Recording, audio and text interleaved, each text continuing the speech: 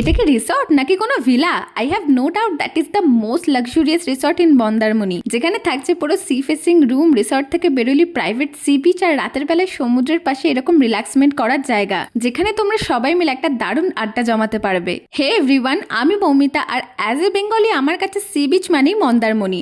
হ্যাঁ, তবে এখনো গোয়া যাওয়ার দুঃখটা তো আছেই, কিন্তু সেদিন মন্দারমণির এই রিসর্টে যাওয়ার পর আমার এক্সপিরিয়েন্সটা পুরো আলাদাই ছিল। ফার্স্টেই বলে দিই, ভিডিওটা দেখার পর এক্ষুনি মন্দারমণি যেতে ইচ্ছে করলে আমার কিন্তু কোনো দোষ নেই। আমাদের রুমটা ছিল এখানকার premium sea facing double bedroom.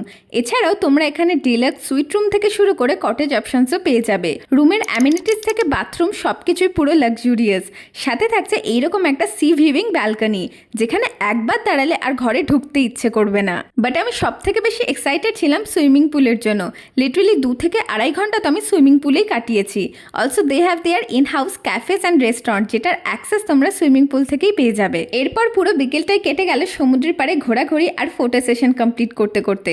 সন্ধ্যাবেলাটা ভেবেছিলাম একটু রেস্ট নেব, বাট এই রিসর্টের গেমিং সেকশনটা দেখে সব ক্লান্তি দূর হয়ে গেল। বিলিভ মি, দুরাত্রি কিভাবে কেটে গেল বুঝতেই পারলাম না। তো এটা হলো মন্দারমণির সব থেকে লাক্সুরিয়াস রিসর্টের মধ্যে একটা, দ্যাট ইজ শেরে বেঙ্গল। আর আমাদের এখানে পার নাইট রুম কস্ট পড়েছিল 3244 করে, including all taxes but excluding any food and other services. তবে এই প্রাইসগুলো according to days or season vary করে। রিসর্টের পুরো ডিটেলস আমি ডেসক্রিপশন বক্সে দিয়ে দেবো, so go check it out.